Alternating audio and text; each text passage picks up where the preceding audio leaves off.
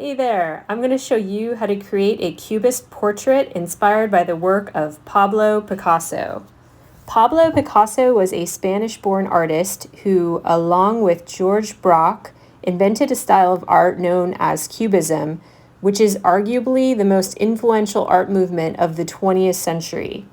Pulling inspiration from the simple geometric features of African masks, Cubist art attempts to portray the essence of an image by allowing the viewer to see an object from multiple angles and perspectives. Like all art movements, Cubism went through several phases. Its earliest phase is called analytic Cubism and was prominent from 1908 to 1911. This type of Cubism breaks down and fractures an object into geometric shapes. Synthetic Cubism evolved from around 1912 onwards. This type of Cubism focuses on building a subject out of a multitude of geometric shapes. For today's project, we're going to be focusing on analytic Cubism. I recommend orienting your paper vertically. Grab either a ruler or a long strip of paper that you can use as a ruler. Now, use a pencil to create a series of diagonal lines using your ruler across your paper. It will look a bit like shattered glass. Notice how only a couple of my lines go all the way across my paper, while most of my lines are shorter and only go part way across my paper. These shorter lines stop when they bump into another line. Notice how I'm only adding about 10 lines to my paper. Most of these lines are short and do not go all the way across my paper. I do not recommend adding more than 10 to 12 lines to your paper. If you add more than that, your drawing may become hopelessly complex and take forever to finish. Next, using very light pencil marks, draw a large oval near the middle of your paper. This oval is the outline of a face. Now, go back with your eraser and adjust the lines of your oval so that they no longer match up with each other. See how I'm erasing the oval line inside this facet, and then I'm redrawing this line in a different spot so that it no longer matches up with the other oval lines. Watch closely here as I move through each separate facet, erasing and then redrawing the oval line in a different position so that the lines no longer match up.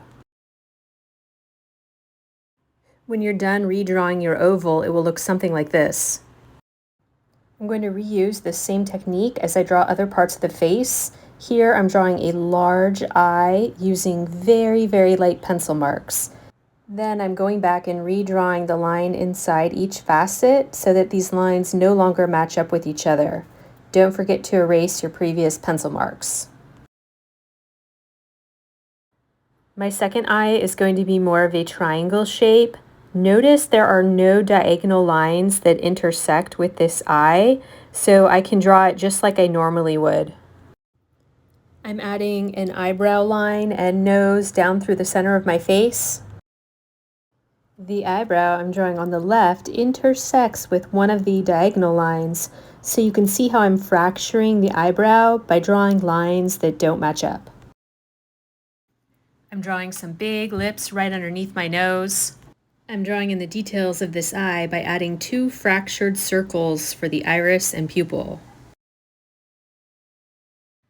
Now I'm going to add in some hair around the face. Draw your hair in chunks so that a new and different chunk of hair appears inside of each fractured segment. Make sure the hairlines between each facet don't match up with each other. As I draw the shoulder and shirt collar, I'm careful to make sure that the shirt lines in each facet do not match up with each other. Here I'm just refining the details of this eye a little bit. Now that I'm done drawing, I'm going to outline my face with an ultrafine Sharpie just so you can see it a bit better. I do not recommend doing this. If you do decide to outline your face with a Sharpie, be sure not to outline the diagonal lines. That will look really weird if you do. Once you're done drawing your face, go back and add color. You can use paint, colored pencils, or markers. I'm using markers. Use different colors to color in the facets of your drawing. Be sure not to use the same color in two facets that are right next to each other because that will make them blend together and look like one facet. I'm using only blue colors for the skin, but you can use any colors you want. You may want to fill in each facet with just one solid color, or you might try blending two colors together within a single facet. I decided to just use green colors for the hair to make it more distinguishable from the face, but you can use any colors you want. For the final steps of my drawing, I colored in the facets in the background using different shades of pink and purple. I also colored in the cloth for the shirt, adding different textures and patterns inside each facet. If you enjoyed watching, please subscribe and check out my other videos. I have a ton of super fun art tutorials and art lessons on this channel, so please share and enjoy.